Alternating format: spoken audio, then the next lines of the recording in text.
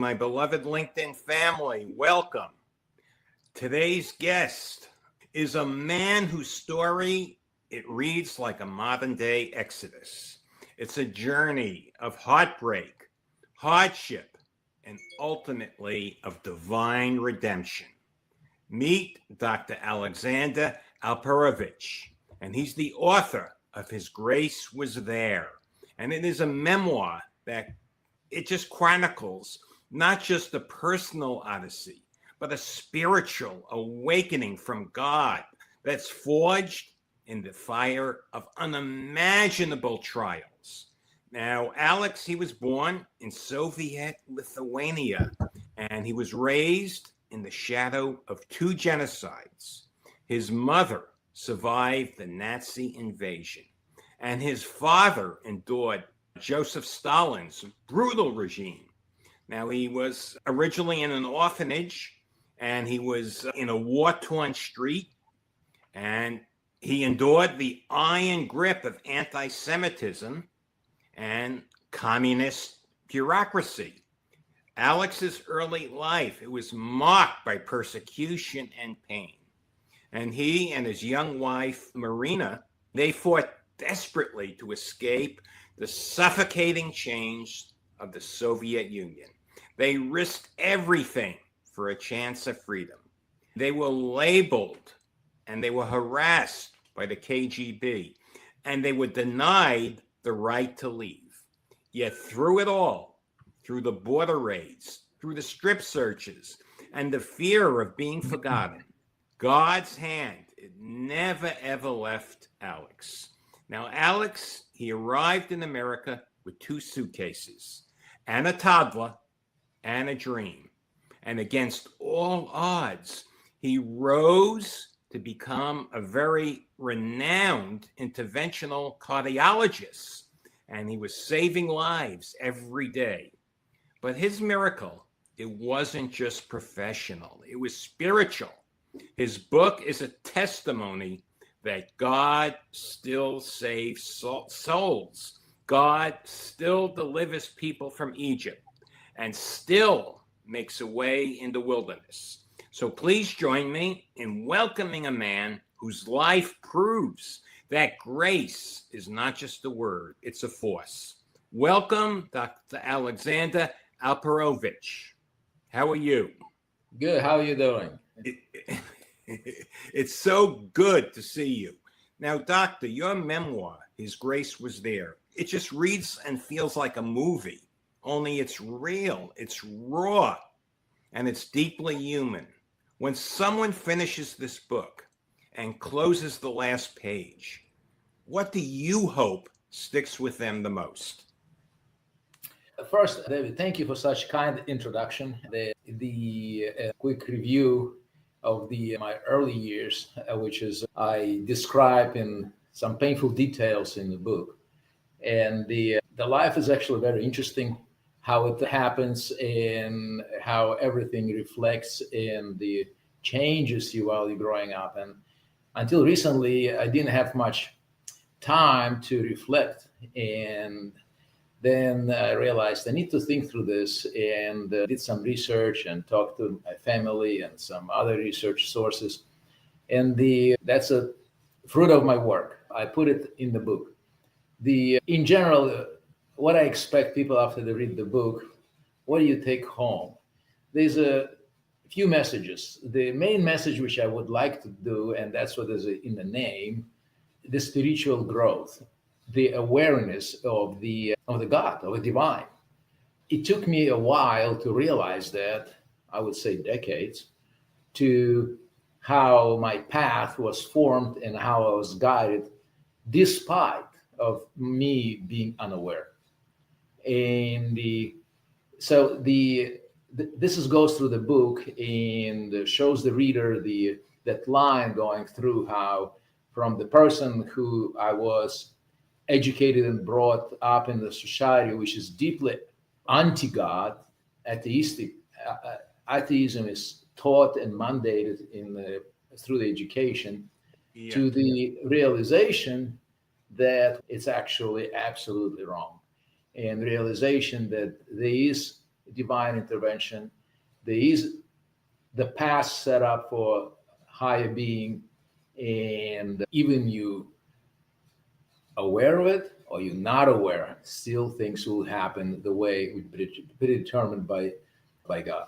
And this is the big part through the book, showing and illustrating those examples. Then when I was aware, when I was unaware or less aware, how things were happening miraculously, which I was not even aware, and I knew I wouldn't be able to do anything myself. It's definitely above and beyond of my abilities and possibilities.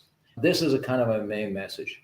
There's another message also is there of the hope. You never give up. You never give up. No matter what adversaries life throws at you, you've got to keep trying, pushing, and search and thrive. Try to thrive as much as you can. A lot of bad things happen in life, and I witness not only in my life, but in life of my patients, through 1,000 stories I've heard. People who continue to fight, persevere, this is the people who get that satisfaction and that knowledge that I've done it, I made it despite of the adversaries, despite of whatever life threw at me. And particularly when that hope and the determination is supported by the firm belief that I'm not alone. Somebody guides me, and God makes me to go through these trials and makes me a better person, and I will persevere, and this determination is very important. Okay. You were born Jewish in Soviet Lithuania, and Yes, that's a place where your identity was put at risk. I mean, how did that affect you, the early persecution and your family's trauma, shaping your sense of calling, shaping your journey with God? Yes, I was born in Soviet Lithuania. Lithuania was at the time occupied by Soviet regime, and my parents always taught from very early years certain things we don't talk outside our apartment, certain things you're not supposed to discuss, and you have to sing the song which they expect you to do because sequelae are terrible. So the little facts, like we had a synagogue in town which was non-functioning, and I think I highlighted it in the book. And my dad also, around the Pesach, Passover time, we would order the matzah because there's no other way. So you got to bring your own flour and live in a synagogue. And then after 3-4 weeks, you go and pick up your matzah, a few boxes of matzah. And that's how we celebrated.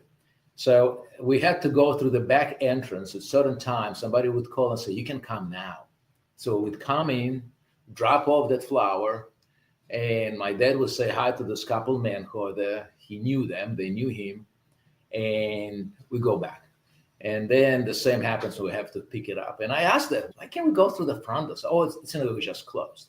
When I got older, he explained to me, you got to understand, there's somebody watching everybody walk through this door. You understand? So your name and my name was already out there in the registry.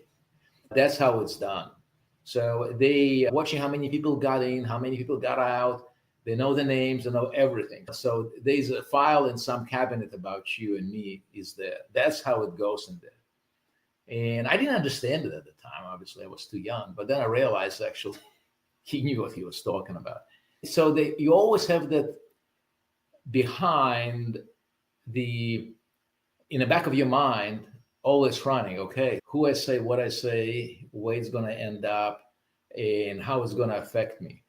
So you don't trust people because you never know who other people are. They could be most sincere people, could be your best friend, who is working for who and how, and how it's going to affect you in the multiple levels. So because everybody under surveillance, nobody is trusted out there, and in turn, you don't trust nobody. So that's how you're growing up. And people do disappear. And people persecuted for smallest thing, they're getting many years of the jail time. And you wonder, what what happened? Person, not a criminal, but that's how the system works. And that's my young years were shaped in this environment, and my parents were the same way. They never trusted nobody. My dad would listen to the BBC at the time and the radio to see the news from outside, and it should be in a room which is pretty quiet, and she would sit in front of the radio. You would listen to what's going on to learn what's happening. But he told me, you can't tell anybody that I'm doing that. I was like, really? You see him from all the places? Yeah, that's the law, right? It is, yes, because what the Soviets used to do, they would suppress the station signal. So the signal would not come through. And sometimes, like Voice of America was another one. Voice of America was impossible to hear because it was suppressed. BBC on and off, depends what they were talking about. So that's how you, growing up in this kind of environment, you very acutely aware of regime and what they capable of and how they monitor everybody, and a lot of life examples people persecuted because of that.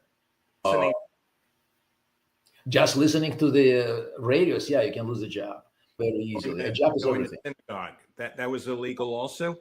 Say again? Going to synagogue was illegal? Oh yeah, synagogue was closed, and when people were meeting for service, you would never know. It was just a very small circle of people would meet and pray, but that was very illegal. That would be conspiracy right there. Wow.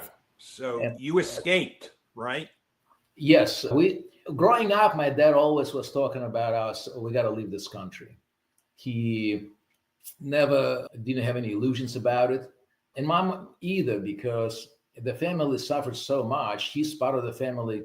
Stalin did a very good job exterminating them, putting concentration camp and accusing them in all kind of heinous crimes, which they never did. The only crime they did, they were believed in communist ideology and wanted to help to build this ideal society. And the Stalin showed them, okay, let me show you who's the boss here and what I really think about you.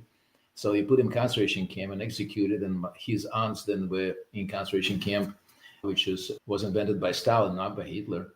Hitler only just perfected it. So he put them through that and ruined their families. And those aunts shared some stories with us, not a lot. It was very painful for them, and they were definitely had a lifelong scars from that.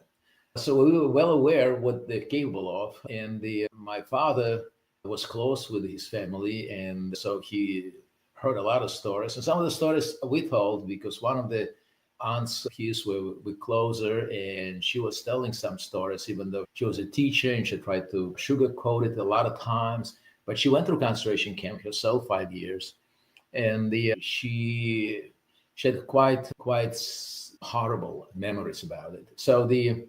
And I'm sure she didn't tell me everything, but what she told me was plenty.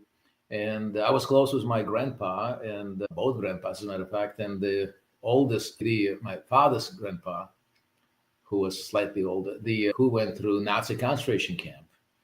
And but you say Nazi, it wasn't. There was no difference.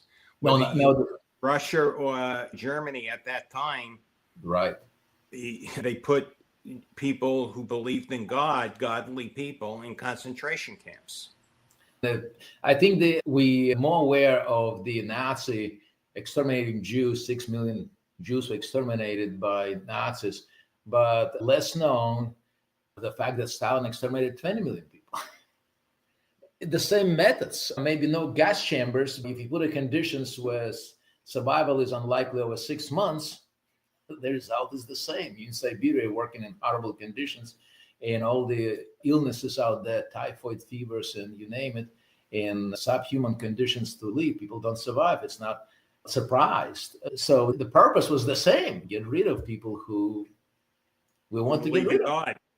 Yeah, particularly who believe in God. So there was a multiple lines of people who Stalin hated. Long as Hitler, the same. They're made from the same cloth. And he hated Jews. He hated religious people.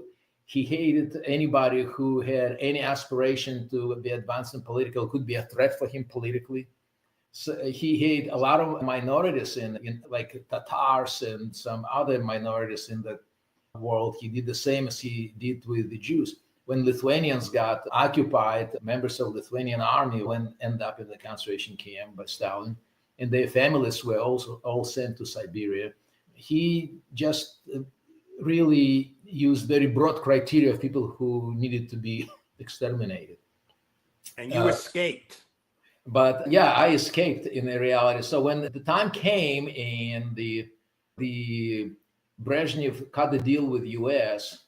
about the allowing Jews to leave, we decided that's a chance. We got to get out. And was it but easy? It was very difficult. It's very difficult. It's not like I buy a ticket and get the visa and see you later, guys, and I call you when I land. Doesn't work this way, unfortunately. Then it becomes a lot of issues. And my parents tried to time it this or that in terms of to leave, but one of the first hurdles was my mom's father, my grandfather. He was very unhappy about her wanted to leave the country, and we offered him to take along. He was a widower. He was alone. He didn't have anybody else, and he lived independently, but he didn't want to leave the Soviet Union. He said he's where he is right now. Life is not perfect for him, but he's content and he doesn't want to leave. So you got to get a permission from your parents to leave. Even my mom at the time was a woman about 40 years old. She got a permission by the Soviets rules at the time. And he said, I'm going to sign the papers. I'm going to let you go. Because if I'm going to lose my job. That's what he was feared. He hated Soviets, but he was so uncertain to go to and shake up something so he would be in a way. And that was a major problem. My mom couldn't convince him. He said, I'm going to let you go because what do you think? Is somebody expecting you out there?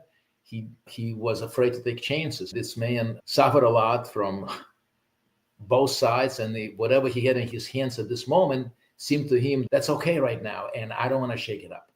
And you're not going to do it either. So until he passed, we couldn't leave.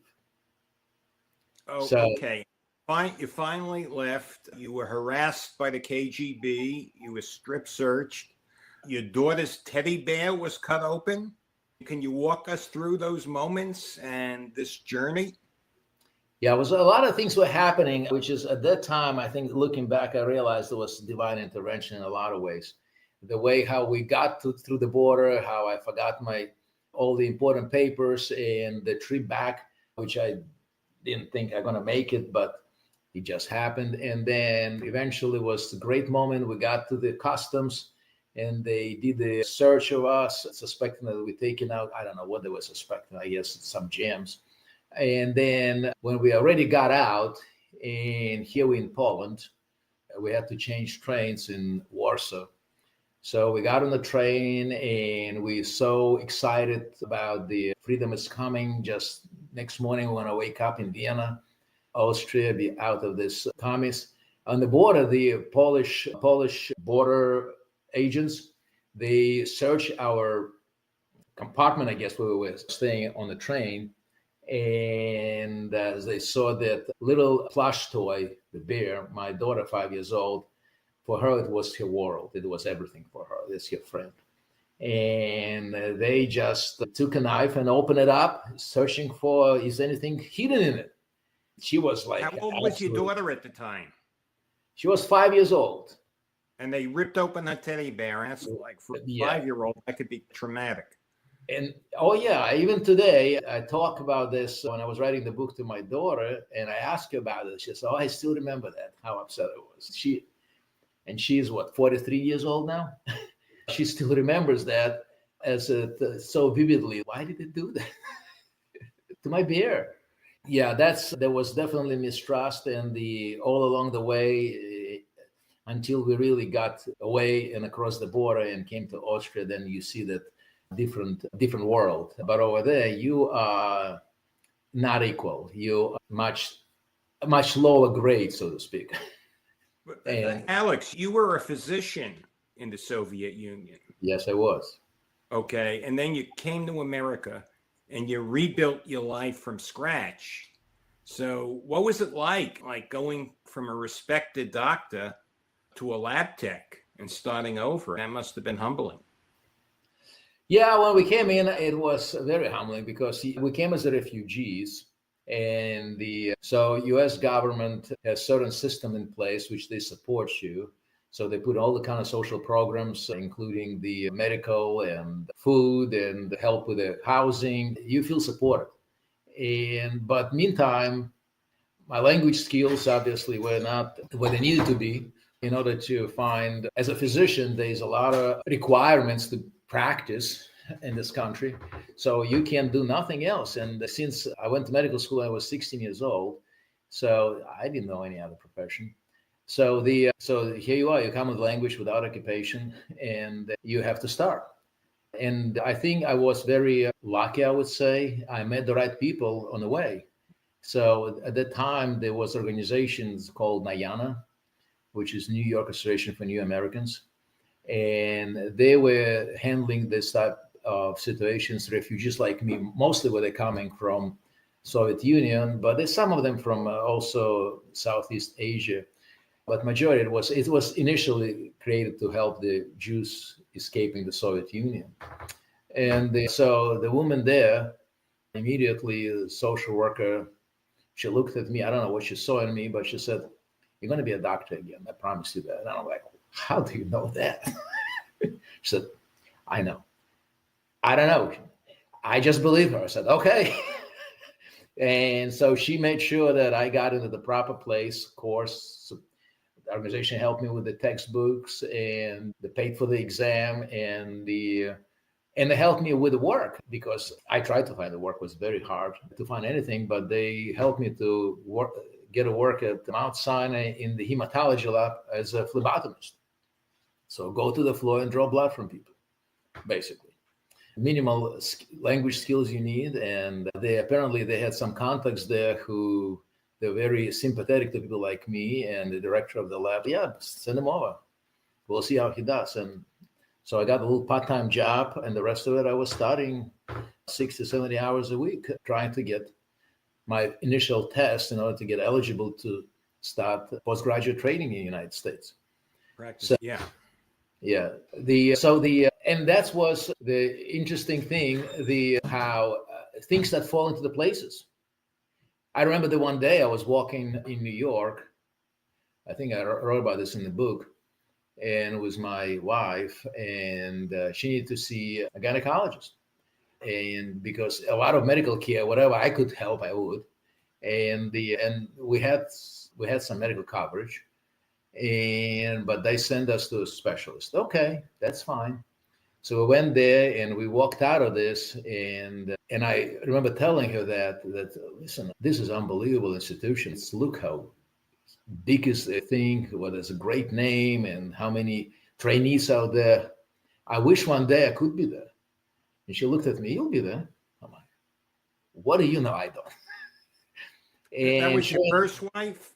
My first wife. Okay, because you got divorced. I got divorced there. So she was confident things will happen. Got to be patient, and sure enough, that's what I did my residency. Yeah, the reason I mention that is your book. It dives into a lot of emotional terrain. You talk about divorce, infertility, estrangement. Why was it so important to include those very personal struggles? I didn't want to hide a lot of those events which were adversaries in my life, I would say. The life was nothing in the Hallmark's movies. Everything is beautiful and the life just goes on and happy ending. It's nothing like that at all. It is all of these trials and mistakes I made. And despite of that, I was still moving along and forward and bettering myself. So even when I didn't realize that when I was in the midst of it, the things are looking so bad, and it's emotional turmoil, or like all this uncertainty, leaving the country or going through this whole ordeal, getting out of the country and then getting back into the medicine and be able to go through the training stuff. And there was also a lot of ups and downs and prejudice going on, and a lot of misunderstanding. Despite of all of this, I was still moving along and finding myself better on the other side, meeting people who I would never even dream about meeting people along the way, who were willing to help me and who would see something which I didn't see, and they would do it to my advantage. And thinking about this now, I think it is not coincidence. It's coincidence can happen once, twice, but this is not coincidence. For some unknown reason, right people show up and willing to do something for me. People who don't know me from Adam, and they're willing to move things for me and open that door. And that's what I think is that divine intervention. The people willing to do things for me, not even knowing. They don't know who the heck am I. This is some foreigner with an accent who is trying to do like $1,000. And you, sir, you went from being an atheist to a devout believer. That's not a small shift. So Yes. When did your faith become real? Through the years, I think that I start realizing those things, that it's not all coincidental, and there's got to be the grace involved. Somewhere along the line, around the early 2000s, probably around 20 years, and 20 years ago, even prior to that, I would say, I started going to synagogue on high holidays and felt its presence. I remember joining synagogue in Florida, although I was not the only high holidays type of synagogue person. But at that time, I remember a conversation with my ex about that I think this whole atheism and atheistic training engraved in my head, it's all baloney. These definitely divine presence, it is there. A lot of things happening in my life, I start thinking at the time, is not coincidental. There's a purpose for me, which I don't know, but I'm not entitled to know either. I'm not a God. And I remember she was kind of skeptical, very skeptical about it. She's not a believer. She never was. And she was judgmental That's your about first wife. my first wife. So you were going to synagogue in the Soviet Union. You were just going more as a ritual as opposed to really believing? Initially, yes, but I had a couple of friends who were religious Jews. One of them was a neurologist, and he said, "Alex, you got to join a synagogue. I mean, you got to think about it." Then I remember I was going to therapy, and my therapist says, "Let me introduce you to the rabbi. Why don't you meet with, this is my good friend." He was not Lubavitch, but he was conservative rabbi, a very nice man. And I was meeting with him for a few months, and we talked about a lot of subjects. And it started turning my head, making me think about religion and in a divinity. So that's the time, early 2000, when I start realizing more and more that about the presence of God, a presence and understanding. So that's a time when I start that shift, really, as I said, around 20 so years ago. And that's shift. Yeah, it's a big shift. Yeah, it's very gradual, gotta say. It's old habits don't die easily, particularly when you're brainwashed. And most, let's not forget, my father, who I have a lot of respect, who was educated in yeshiva and had big influence of his grandpa, who was a deeply religious person. The war, loss of his mother and his brother in the gas chambers, his father going through concentration camp, and a lot of his family cousins were exterminated either by Stalin or Nazis, made him a non-believer. And many times I had conversations with my father, and he always challenges me on that. Why we need to be punished? Why 6 million Jews had to be exterminated? So he has his system of beliefs, I would say, and he's not a believer. And you believe you're messianic, am I correct? Yes, I'm messianic, and this is a shift more start happening within the last, probably, I would say, 5-6 years, learning and reading more about that. And the New Testament. So you accept the New Testament. Right. And I accepted New Testament and the presence of Jesus as the Messiah, Joshua, and that's I'm still forming. It's a process. It's a process. I'm learning. It's a process, Alex. I grew up Orthodox Jewish, and I accepted Jesus at 26 years of age. So it's a process. I'm going to switch gears for a second. Let's talk about justice. You were persecuted in the Soviet Union, and then you came to America. You rebuilt your life. You became a doctor, a cardiologist. You had a very prosperous practice. And what happened? Our government, the United States of America, they indicted you.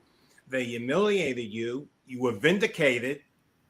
But how did that experience reshape your understanding of justice and mercy? Yeah. In the Soviet Union, I had to deal with the KGB, and fortunately for me, and the only reason is because I expressed the desire to leave the country. Fortunately for me, they didn't lock me up, but they did a lot of damage on the professional side to me, to my wife, to my at the time in-laws, and so that's kind of was my experience with injustice, which is from KGB is expected. It's just one of those organizations. So the coming here, yes, I was successful. I was able to develop very good practice, doing what I loved, what I dreamed about. Interventional cardiology is a very busy, very involved field, which requires long hours and continuous learning and improvement and adjustment because it's a very dynamic field. And then it hit me. Federal government came with me and accused me of selling drugs for all the things. You were innocent. You were vindicated. I was innocent. Yeah, I was accused, indicted. On the indictment read that it was a conspiracy to distribute drugs, essentially. That was an indictment, which involves minimum of 10 years of incarceration if you convicted, and up to $1 million fines, and of course forfeiture of your assets. So that was the hit. So it turned out to be nothing even close to that, and it took me 5 long years of litigation, and the federal government dropped this. However, how it works in the system, got to be something wrong with me, right? And I was explained that my best bet, you do the plea deal and to something very light, which is... You were vindicated of selling drugs. I was vindicated on that, definitely. There was nothing about it. It was just it's a part of the campaign that sticks really well. So then you try we'll figure out later, basically. That's approach. The emotional toil, and then you were married again to your second wife. And 3 young children. It must have been very hard on you and your family. Yeah, it was horrific. These accusations when they came in, and for first year we couldn't get any traction with the government. It was an ordeal. Despite I had very competent lawyers who definitely knew the game and knew all the ins and outs, and it took over a year and a half to two, we start seeing some traction with the government that that's not exactly what it is. Yes, we're And going to try. they don't want to admit they're wrong. Of course, they're never wrong. They're never wrong. They always right, and that's without going into all the intricacies and boring people with all the how the system works and what is going on in the federal justice system. My attorneys, who very experienced people, told me you need to do the plea deal and close the chapter and move on. To something minor. Let's move on to something very positive. I might be pronouncing this wrong, so correct me. You pioneered, is it venous intervention techniques? Am I pronouncing Venous that right? intervention.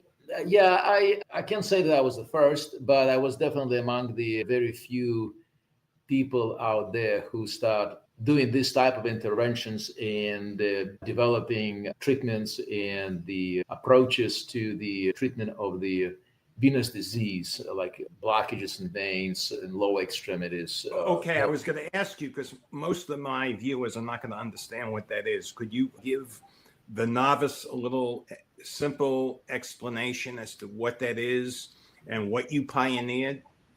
Yeah. The thing is, in the body, there is obviously the plumbing system, which blood circulates inside the body.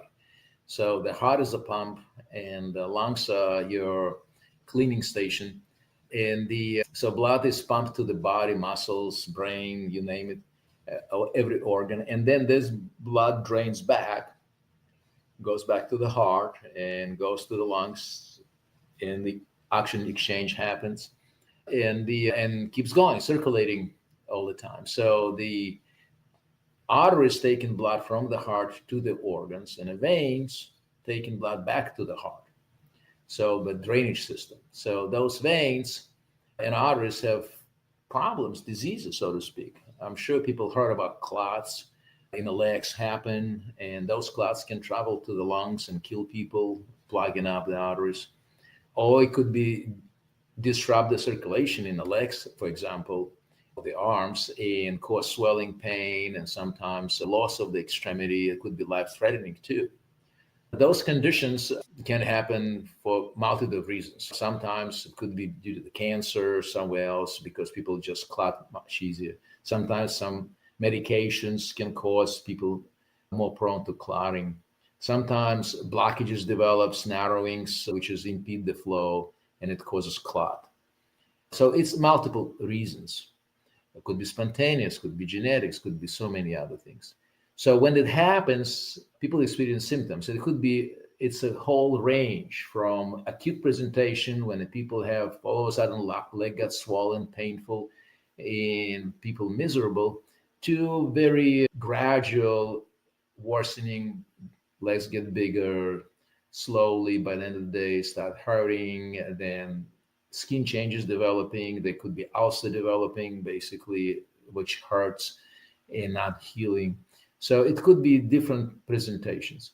And there is treatments for that. So in the past, it would be use compression stockings, take a blood thinners, and elevate your leg, for example, and give some time. And that's how it was. But then as time going on, it started coming out technology, which is capable to break down the clot, opening the narrowing, and restore the blood flow. And that accelerates the healing or prevents the damage, irreversible damage, or catch those clots, not let them travel, let's say, to the lungs and cause a lot of life-threatening conditions. And those interventions are done in the past would be surgery, but it was very involved with a high risk. But then technology started moving forward and develop what we call endovascular systems, which you go inside the vein with a special tiny little tools, and you either remove the clot or you inject special medication, break it down and suction it out, or you put some systems like called stent, which is basically a scaffold which keeps the vein wide open, not the artery, but the vein. And that allows for the body to do the drainage, and then healing of the body accelerates so much faster. So by restoring the blood flow to as close to normal as possible, you allow the body to heal. And of course, you're giving proper medications to help, and it's the whole system. So, and this technology started developing in the early 2000s, and there's a different system. There's a superficial and more deep, close to the bones, and all the treatment modalities are developing. And I started bringing it up to the patients. When I was in Florida, I was doing those complex cases. A lot of specialists were referring because nowhere else to go, and they heard about me and said, "Hey, could you look at this person?" And I had interest in that myself, being a venous patient, and so I knew that it used to be venous was diseases used to be called orphans of medicine. Veins, who cares? This is nothing. It is a lot.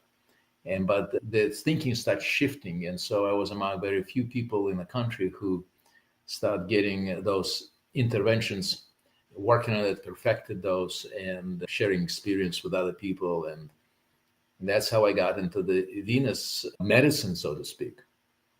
Again, let me switch gears for a second because we're coming up on an hour, and I really want to talk about God and how God influenced you. Your title, the book, His Grace Was There. It's 4 simple words, but it carries so much weight. What does that title mean to you after everything you've been through? What it meant, it's my spiritual journey. From the kid who grew up in the communist country, brainwashed into the denying the God, the persecuted if you do believe in God, to through the years and decades of my life, going through ups and downs, realizing that, oh no, there's a divine presence. The grace is here all along. You do know or you do not know, you don't realize, and you just think that you just drew a lucky straw. Now it is a divine, and it will shape and affect your life in the ways which you don't even can imagine. But in a very short way, to summarize that spiritual journey and learning and understanding that, and it's not only that, the Father is there, your spiritual Father. You always can talk to him. You're not alone. You're not alone in this world. You're not fighting that fight alone. There is the Father who is always looking for your best interests, even if you don't realize it. I realize that. Let me ask you this. Someone listening right now, suppose they're hurting bad. Maybe they're in a courtroom. Maybe they just got some bad news. Maybe they feel forgotten. What would you say to them? Not as a doctor, but as a survivor.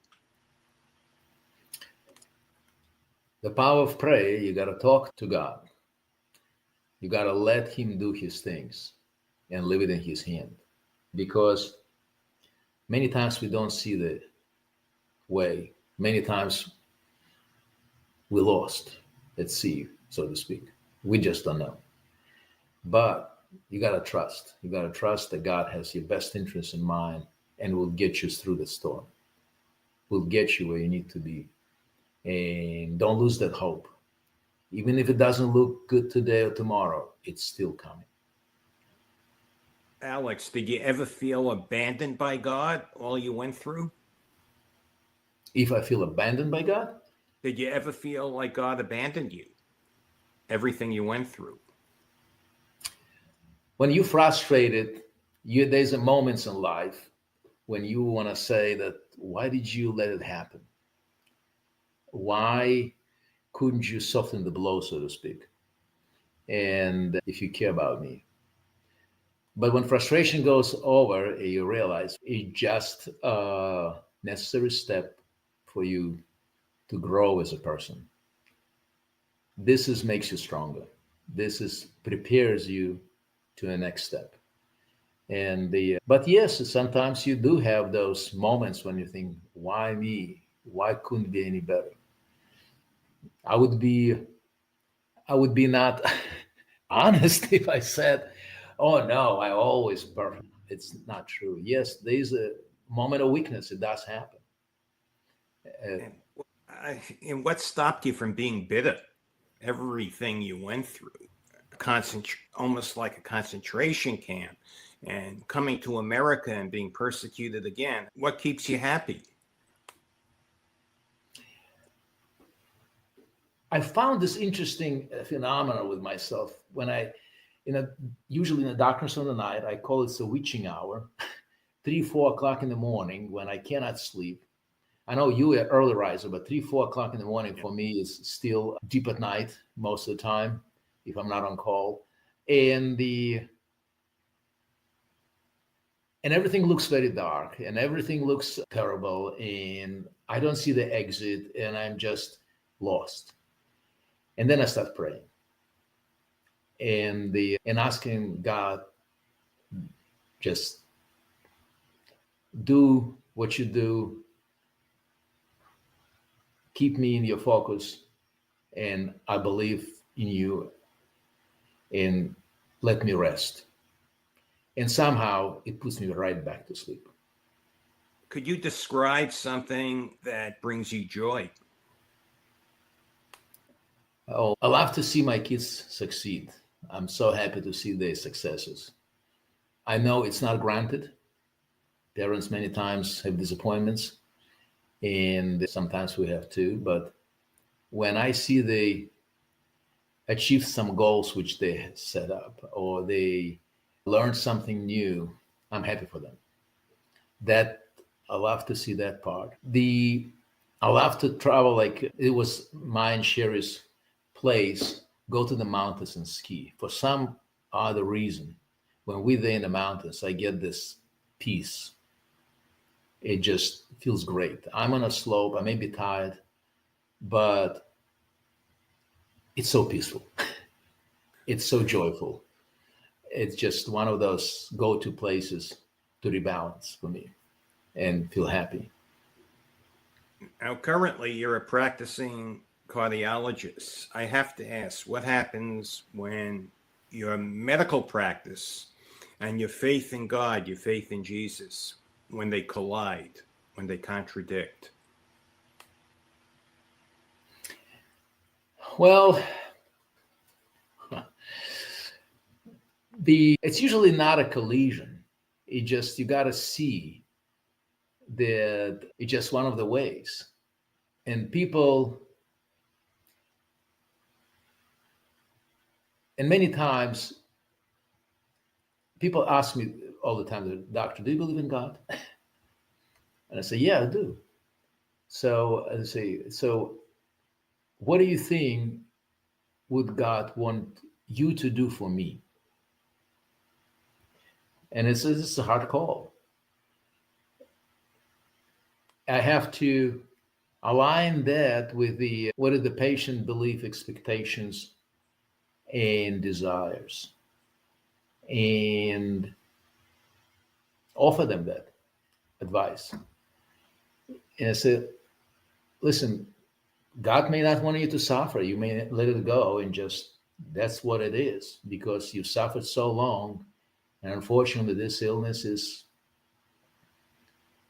eventually you're going to succumb to it. And whatever left for you, you got to just enjoy and spend as much quality as you can. Quality time with your family, with your children, whatever else is important for you. There's no need to fight it again, and because you're just wasting your precious time left for you. And sometimes I'm the one who's saying, "Don't give up. I still see the way." But I'm not, I'm spent. I can't do this. Give me another chance. And the God willing will get you through this. And I've been right and I've been wrong. It's what it is. But it felt very rewarding when you save somebody alive despite all the odds. So it's not, I gotta admit again to say, listen, it's not, I enjoy it. I love it. And there's the great wins and the great losses. It's just what it is.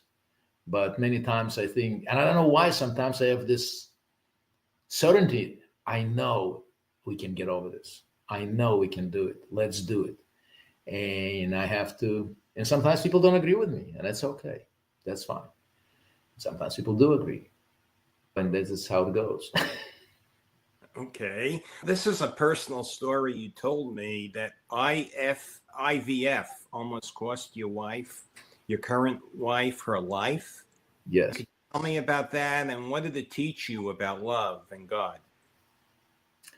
Yeah, we were trying to get a baby for 2 years, and it was not happening. So we went through all the testing and everything else, and she's perfectly healthy, and I was fine. But then another doc says, "No, you're not fine. You're just old." And I was like, "Wow, that's really nice way to deal with this." So we need to use IVF. Okay. We go to IVF, and he's a well-respected specialist, and we go through the steps, what needs to be done. All of these medications, when they stimulate the ovaries to produce more eggs, and those medication has a little nasty side effect. They causing that called hyperstimulation syndrome. When this ovary is overstimulated and start throwing into the body all hazardous material, so to speak, or substances which are dangerous and put your body into the complete havoc, and it can kill. And that's what happened with Sherry. She developed that hyperstimulation syndrome. And I never deal with this because it's not my specialty. It's usually a very narrow field, and the gynecologists who specializing in fertility specialists, that's who usually who deal with this. And they see those. We cardiologists don't see much of this at all. And the what I noticed that, and I start noticing that she's not doing well at all. She's doing bad. And of course, it had to happen over the holiday weekend, and hard to get hold of a doctor, you name it.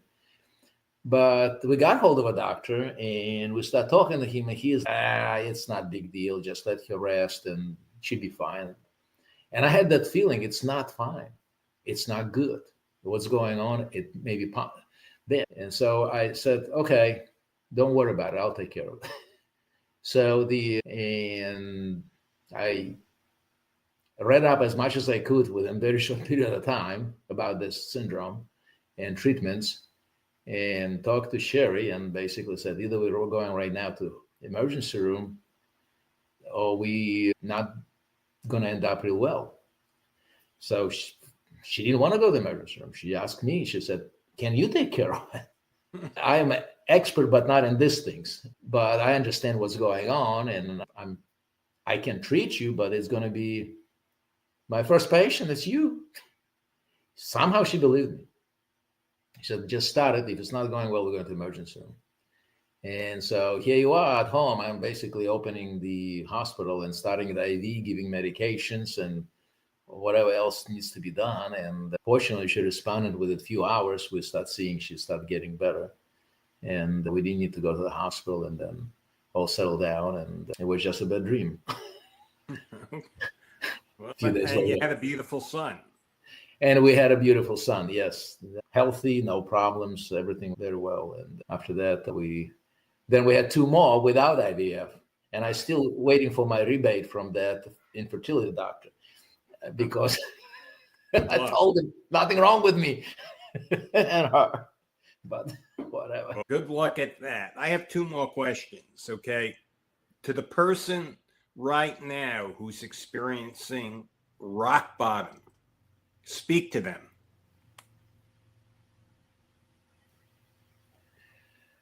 Rock bottom is a relative term.